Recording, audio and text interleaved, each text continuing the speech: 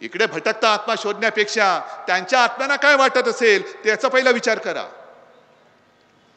आज माझ्या शेतकऱ्याचं उत्पन्न तुम्ही दुप्पट नाही केलं, पण ती काय ती सन्मान योजना 6,000 रुपये शेतकऱ्यांना इकडे मिळालेत कोणाला नाही? काही जणांना मिळालेत, जरूर मिळालेत, पण हे सगळं मी तुमच्याकडनं शिकतोय.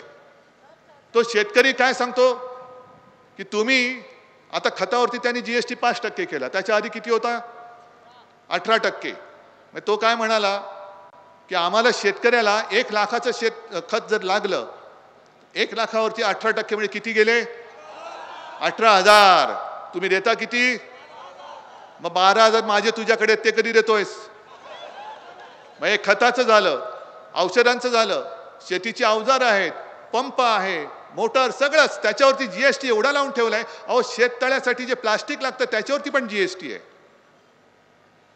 आता तर काही शेतकरी एवढ्या चिंतेत पडलेत की साहेब आम्हाला भीती वाटते, आम्ही यांच्या विरोधात का आहोत? कारण आम्हाला भीती वाटते की हे शेतकऱ्यांना सुद्धा इन्कम टॅक्स लावतील. लावू शकतात, कारण ज्या पद्धतीने यांचं सरकार चाललेलं आहे. अहो, यवतमाळमध्ये मी गेलो होतो. यवतमाळमध्ये दाभाडी नावाचं एक गाव आहे. तिथे 14 साली आपले मोदीजी आले होते आणि चाय पे चर्चा. मग त्यांनी सांगितलं इकडे मी कापसासाठी एक बाजारपेठ निर्माण करून देईन, आणखीन महिलांसाठी हे करून देईन, आणखीन ते करून देईन. सगळे फसले. तेव्हा आपण सुद्धा त्यांच्याबरोबर होतो. दिली मतं दणादणा, आणि मतं दिल्यानंतर जेव्हा शेतकऱ्यांनी पत्र लिहायला सुरुवात केली प्रधानमंत्री कार्यालयात, उत्तर नाही. प्रधानमंत्र्यांची भेट घेण्याचा प्रयत्न केला, नो एंट्री. एवढंच नाही तर प्रधानमंत्र्यांची सभा ज्या वेळेला त्यांच्या गावात होती त्या सर्व शेतकऱ्यांना पोलिसांकडनं एका बाजूला डांबून ठेवलं होतं. हा असा डांबरटपणा तुम्हाला चालेल? हीच तर हुकुमशाही आहे. आणि जे शेतकरी आता दिल्लीला चालले होते, कशासाठी चालले होते? का तुमच्या खुर्चीवरती बसायला चालले होते? का तुमची खुर्ची पळवायला चालले होते? खुर्ची तर तुमची खेचलीच आहे म्हणा, ती खेचणारच आहोत आम्ही. पण जे सरकार शेतकऱ्याला दिल्लीत येऊ देत नाही, त्या सरकारला तुम्ही आता दिल्लीत येऊ द्यायचं नाही.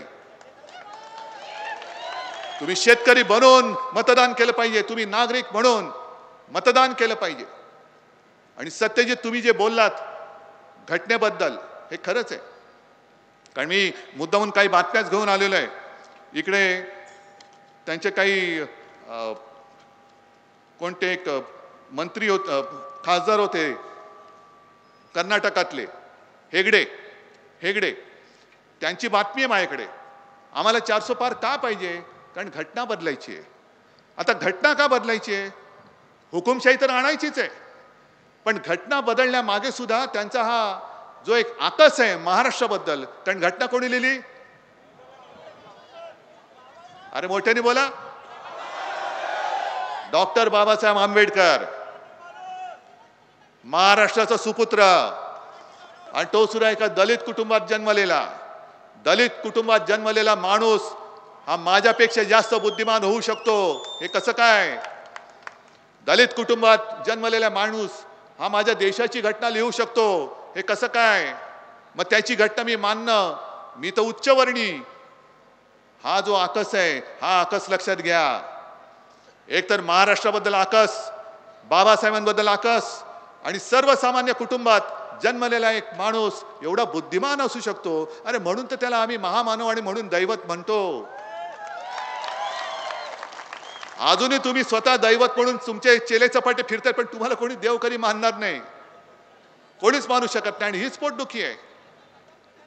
किती काम केलं तरी शिवसेना प्रमुखांना जे हिंदू हृदय सम्राट एकमेवच, आणि किती फुशार काय मारल्या तरी हिंदू हृदय सम्राट हे होऊ शकत नाहीत.